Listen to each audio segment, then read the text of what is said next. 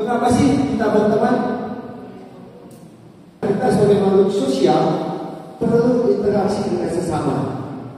Kemudian kita butuh teman karena kita tidak bisa sendirian.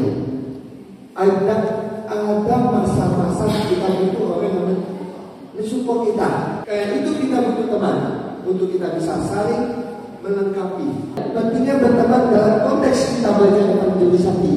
Satu, kita baca sama-sama yuk. 3, 2, 1.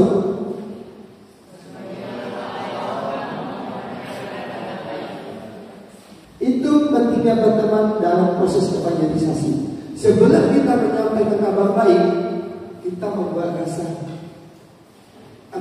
nyaman ngobrol. Yang kedua, kita baca yuk.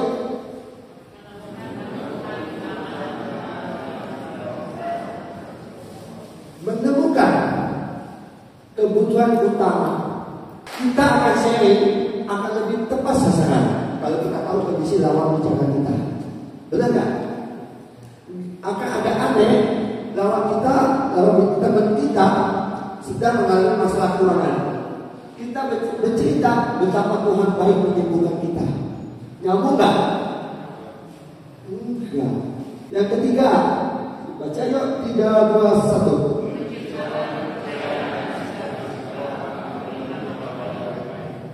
Kalau udah jadi teman, apalagi teman yang bisa kita percaya, mau cerita apapun enak gak? Ragu-ragu gak kalau mau bercerita? Tidak.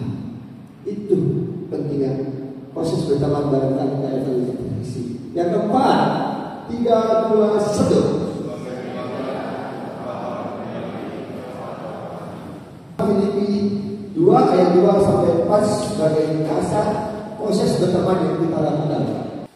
Sesuai ini tidak boleh egois, tidak boleh mementingkan diri sendiri. Harus sehati sepikir dalam satu kasih, satu jiwa, satu tujuan.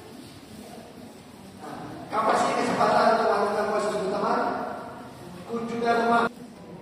Kunjungan rumah yang kita lakukan di proses evangelisasi. Kita mengunjungi orang yang akan kita sampaikan kabar baik. Kapan waktunya? Waktunya bebas. Kapan saja. Asal apa? Buat janji. Kunjungan itu gak boleh mengganggu aktivitas yang kita kunjungi. Di mana biasanya kita kunjungi? Di rumah. Boleh gak kita kunjungan di luar rumah? Boleh. Tapi perhatikan tempat. Boleh berkunjung di luar, tapi perhatikan tempat dan suasana. Lalu kepada siapa? Kalau dalam proses evangelisasi pribadi ini, yang kita sarankan kepada sesama Katolik yang belum mau terlibat. Kenapa? Bapak Ibu dalam proses belajar atau menjaga? Belajar. Kalau belajar sebaiknya kita ke orang yang kita yang minimal kita tahu. Pertama, buat hubungi dulu yang mau kita hubungi. Yang kedua, jelaskan tujuan kunjungan. Kalau Bapak Ibu akan kunjungan dalam rangka tugas F, jelaskan.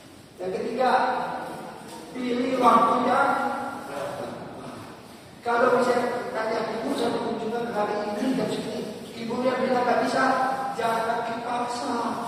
Hal yang kita bisa lakukan proses berteman evangelisasi, pertemuan keluarga. Tapi proses evangelisasi bisa dilakukan nggak bersama keluarga? Tapi kalau nggak kenal, kita kasih salaman kenalan lagi ya, Bapak Ibu ya. Kalau kita kenal, masuk ke tahap berikutnya.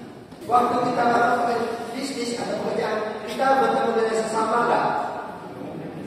Bertemu nggak? Bisa nggak proses berteman itu kita lakukan?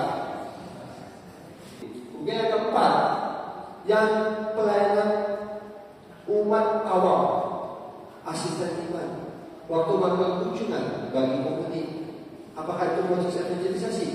Iya. yang bisa dilakukan. Yang kelima, pertemuan secara kebetulan. Biasa ditolak kenapa sih? Biasanya kalau kita datang, dia tahu kita aktivis atau rajin yang kawan apa dia kata apa minta sumbangan enggak? Jujur ya. Iya.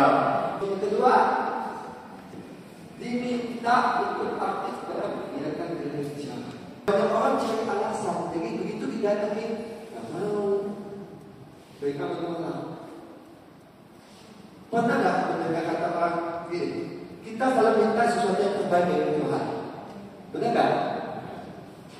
Mau nggak kita memberi yang terbaik kita miliki untuk Tuhan?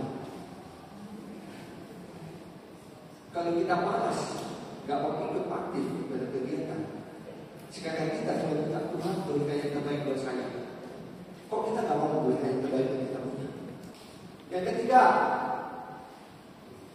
ada nggak pada masa ini sedang diselidiki oleh gereja? Biasanya untuk keluarga yang lagi ada masalah. Jadi gereja mau tahu nih gimana status perkawinan saya. Gereja mau tahu soal kondisi saya karena saya lagi habis surat soal keluarga.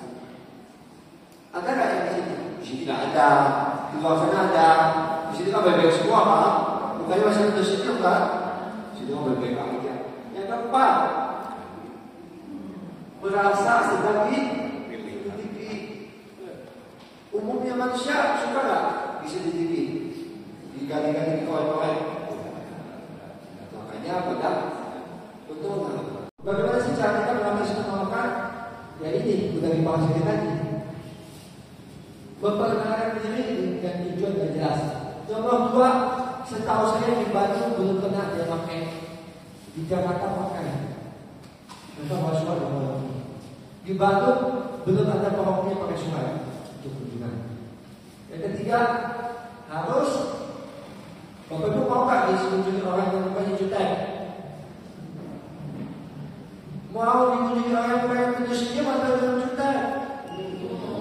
Kalau itu Bapak Ibu harus penuh senyum, lalu terbuka simpati dan empati. Jangan penuh kebohongan, terbuka apa adanya. Yang kelima, tidak sombong, jujur dan sikap positif. Kalau kita ternyata ditolak, apa sih yang harus kita lakukan? Berpikir positif dan tidak boleh kecewa. Yesus Tuhan kita kan, teladan kita kan. Mau nggak kita belajar teladan Yesus? Jadi kalau ditolak harus tetap positif, maju. Lalu mengenal jati diri sejati. Bapak Ibu murid Yesus bukan? Murid Yesus bukan? Iya. Kalau murid Yesus harus sangat serupa dengan Yesus nggak karakternya? Kita menuju kesempurnaan seperti karakter Yesus.